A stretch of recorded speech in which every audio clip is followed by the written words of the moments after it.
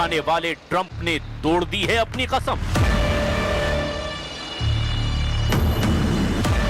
क्या यूरोप के दिग्गजों को एकजुट देखकर डोनाल्ड ट्रंप यूक्रेन पर सबसे बड़ा यू टर्न मारने जा रहे हैं? क्या जलते हुए यूक्रेन और कीव में होने वाले धमाकों को रोकने के लिए अमेरिका का डर्टी माइंड कुछ बड़ा करने वाला है? पुतिन के इशारों पर यूक्रेन को बांटने वाला ट्रंप का पीस प्लान लॉन्च होने से पहले ही अटक गया है। ट्रंप का चाकू चले और सीधा यूक्रेन पुतिन को सौंप दिया जाए। इससे पहले ही ट्रंप ने यूक्रेन को लेकर ऐसी बात कह दी है कि ज़ेलेंस्की का बुझा हुआ चेहरा फिर युद्ध वाले जोश की वजह से चमक सकता है। क्या ज़ेलेंस्की के झुके कंधों में फिर बिजली कड़कने वाली फुर्ती आने वाली है? 24 घंटे के अंदर ज़ेलेंस्की को हिम्मत देने वाली एक मीटिंग हुई। दक्षिण अफ्रीका में G20 मीटिंग के दौरान जर्मनी, फ्रांस और ब्रिटेन के लीडर्स ने साफ साफ कह दिया, यूक्रेन को हारने नहीं देंगे। ये ट्रंप को चैलेंज करने वाला ऐसा रुख है जिसे नेटो में दो फाड़ करने वाला सबसे बड़ा कदम माना जा रहा है। जो अमेरिका यूक्रेन को पुतिन के हवाले करना चाहता है, अब उस अमेरिका को चैलेंज करने वाले फ्रेडरिक मर्ज, कीर स्टारमर और इमैनुअल मैक्रों ने नई कसम खा ली है। कसम ये कि यूक्रेन को हारने नहीं देंगे। Stake is obviously Ukrainian sovereignty and European security. It's normal to have both the Ukrainians and the Europeans on the table to finalize this plan. So this is exactly what we will do tomorrow and the days after in order to make a common plan. बागी हो चुके Europe को देखते हुए Trump को यह एहसास हो गया है कि यूक्रेन को सरेंडर कराना भी इतना आसान नहीं होने वाला। इसीलिए डोनाल्ड ट्रंप को कहना पड़ा है कि रूस और यूक्रेन युद्ध को खत्म करने के लिए अमेरिका का प्रस्ताव आखिरी नहीं। No, not my fault. No, we'd like to get the peace. It should have happened a long time ago. The Ukraine war with Russia should have never happened. If I were president, it never would have happened. We're trying to get it ended. One way or the other, we have to get it ended.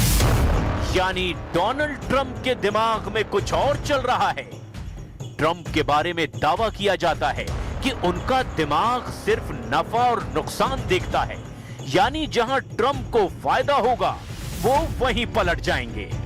Trump के शातिर दिमाग को लेकर ऐसा तनाव उनके पहले कार्यकाल में नहीं देखा गया, लेकिन अब यूक्रेन युद्ध ने अमेरिका के डर्टी माइंड की परत खोलनी शुरू कर दी है।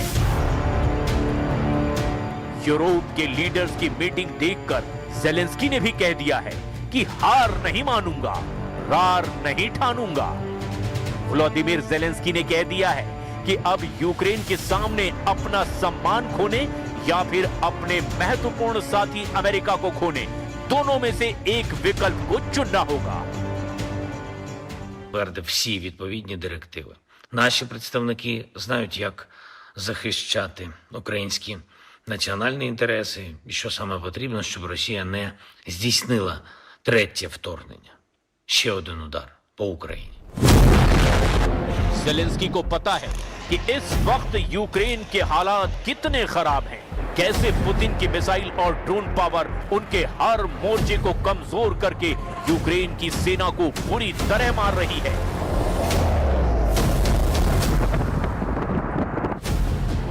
रूस का दावा है कि खार्किव के वॉर जोन में यूक्रेन के 5000 सैनिक फंसे हुए हैं। रूस ने कहा है कि ओस्किल नदी के पूर्वी तट पर यूक्रेन के करीब 5000 सैनिकों को चारों तरफ से घेर लिया गया है।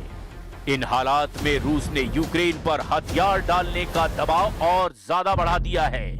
5000 सैनिकों को सरेंडर करना पड़ेगा, नहीं तो वो मारे जाएंगे। यूक्रेन की इसी मजबूरी को देखकर डोनाल्ड ट्रंप ने ज़ेलेंस्की से कहा कि अगर ऐसा ही युद्ध लड़ना है तो लड़ते रहो। Well, then he can continue to fight his little heart out.